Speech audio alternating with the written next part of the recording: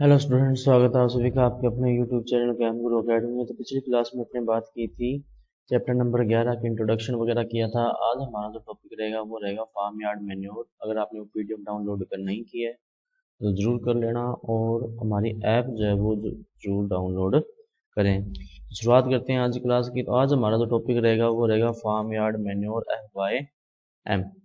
अब farm yard manure में तीन कंपोनेंट्स होते हैं। फर्स्ट इज काउ डंग या any kind of animals dung, second one is urine, and third one is bedding.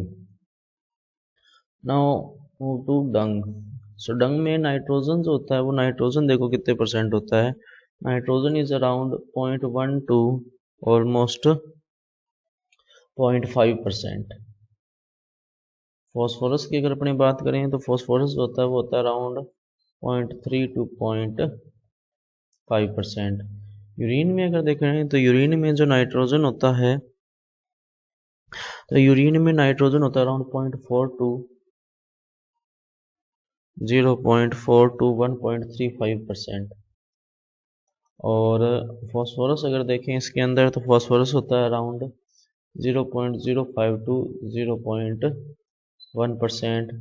और potash की अगर अपने बात करें तो पोटास इसके अंदर जो होता है या पोटेशियम जो इसके अंदर होता है वो होता है अराउंड 0.5 to 2%।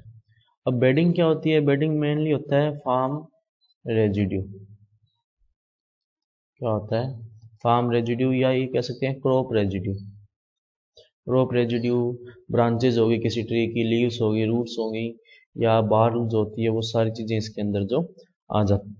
तो ये सारी क्या होगी? बेडिंग होगी। अब अगर अपने बात करें ना फार्म यार्ड मैन्योर में न्यूट्रिएंट्स कौन कौन से होते हैं, तो सबसे पहले अगर अपने बात करें नाइट्रोजन की, तो फार्म यार्ड मैन्योर में जो नाइट्रोजन होता है वो होता है अराउंड 0.5 to 10%।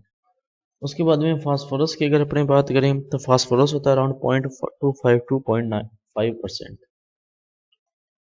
0.5%। और वहीं अगर अपने बात करें पोटास की तो ये होता है अराउंड 0.5 to 1%।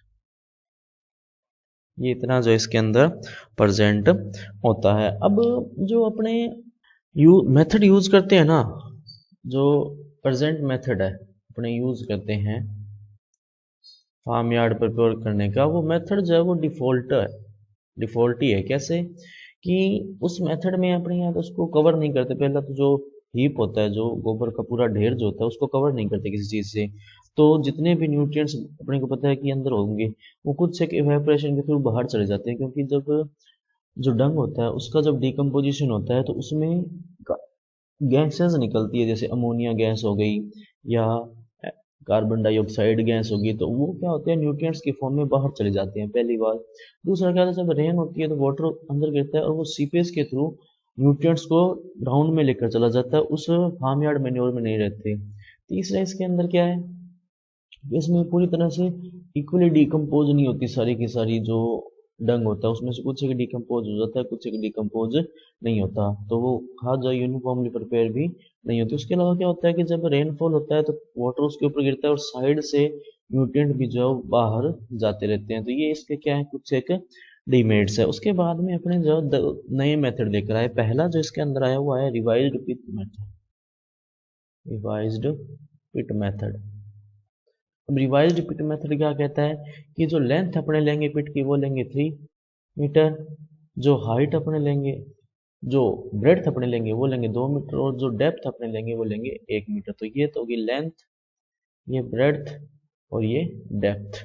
ठीक है, अब ये हो गया। अब इसके अंदर जो है एक बात ध्यान रखना कि ये जो अपने पिट है ये इनफ है एक एनिमल के लिए 1 साल के लिए। अगर नंबर ऑफ एनिमल्स इंक्रीज होते हैं तो उसके हिसाब से नंबर ऑफ पिट्स जो है वो इंक्रीज कर सकते हैं, बजाय इसके कि अपने उसकी डेप्थ इंक्रीज करें। तो डेप्थ इंक्रीज नहीं करनी, हाँ हालांकि लेंथ और ब्रेड्थ जो है वो थोड़ी इंक्रीज कर सकते हैं, पर सजेस्टेड यही होता है कि आप जो नंबर ऑफ पिट्स जो है वो इंक्रीज करो, वो ज़्यादा बेटर रहेगा। और उसके बाद में इसको जो है अगर सॉइल मतलब सॉलिड है तो जरूरत नहीं पड़ेगी। अगर सॉइल जो है वो अपने कह सकते हैं सैंडी सॉइल है तो वहाँ पर जो है इसको जो अपने ब्रिक्स होती है उससे भी इसको पक्का किया जा सकता है। बाद में इसकी आती है फिलिंग। तो फिलिंग में जो फर्स्ट लेयर होती है इसकी, जो फिलिंग होती है, तो फर्स्ट लेयर जो होती है इसकी वो होती है अराउंड 10 to 20 सेंटीमीटर की, और ये किसकी आएगी, बेडिंग की, इसकी आएगी बेडिंग की।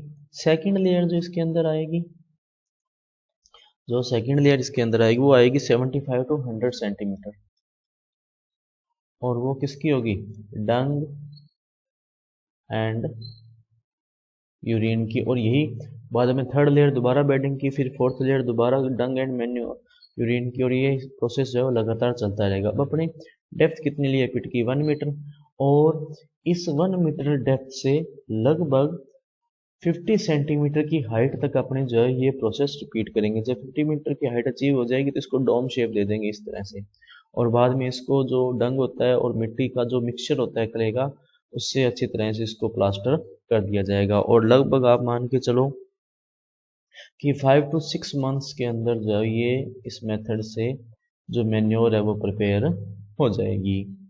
नेक्स्ट आता है ट्रेंच मेथड। कौन सा आता है, ट्रेंच मेथड। अब ट्रेंच मेथड क्या होता है वो देखो, तो ट्रेंच मेथड जो होता है वो होता है, इसमें अपने ज़्यादा कुछ चेंज नहीं किया, ट्रेंच मेथड में ज़्यादा कुछ चेंज नहीं किया अपने अपने जस्ट क्या किया कि लेंथ जो है ना पिट की वो इंक्रीज कर दी।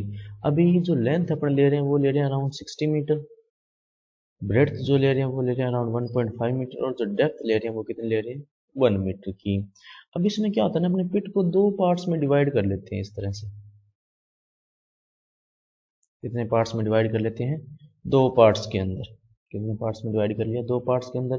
पहला ये हो गया इधर वाला, और दूसरा ये वाला। तो क्या होगा, पहले पार्ट को मैं फिल करना स्टार्ट करूंगा, और जब ये पूरा फिल हो जाएगा तब इसको कवर करके प्लास्टर कर देंगे, और फिर दूसरा साइड जो है वो फिल करना स्टार्ट कर देंगे। जब तक दूसरा साइड फिल होगा तब तक पहले साइड से जो मैन्योर है वो प्रिपेयर हो जाएगी, उसको बाहर निकाल लेंगे, और दूसरी साइड को फिर कवर कर देंगे, और फिर पहले वाले को दोबारा भरने लग जाएंगे। ये प्रोसेस जो है वो लगातार चलता रहेगा, जिसके कारण अपने कह सकते हैं कि जो एक ही जो पिट है उसी से पूरे साल जो है वो काम चल सकता है। अब ये तो क्या हो गया, पूरा तरीका हो गया। और नेक्स्ट इसके अंदर आता है आइडेंटिफिकेशन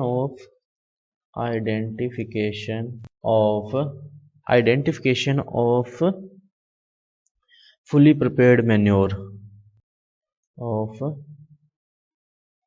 फुली प्रिपेयर्ड मैन्योर की क्या आइडेंटिफिकेशन है कि जो प्रिपेयर्ड मैन्योर है वो पूरी तरह से तैयार है। तो first is no foul smelling, कोई भी इसमें से स्मेल नहीं आ रही होती। सेकंड वन इज कि नो डिफरेंट पार्ट्स विजिबल। जब मैन्योर पूरी तरह से प्रिपेयर हो जाएगी तो उसमें से कोई भी पार्ट अलग अलग विजिबल नहीं होगा, सारा यूनिफॉर्म होगा। थर्ड इसके अंदर जो आता है वो ये आता है कि कलर जो होता है वो लाइट ब्राउन और लाइट ब्राउन कलर हो जाता है इसका, और ये जो होती है वो ग्रैन्युलर हो जाती है। क्या हो जाती है, ग्रैन्युलर हो जाती है। ठीक है बच्चों, तो ये थी अपने identification of fully prepared manure. फिर आते हैं इसके यूजेस।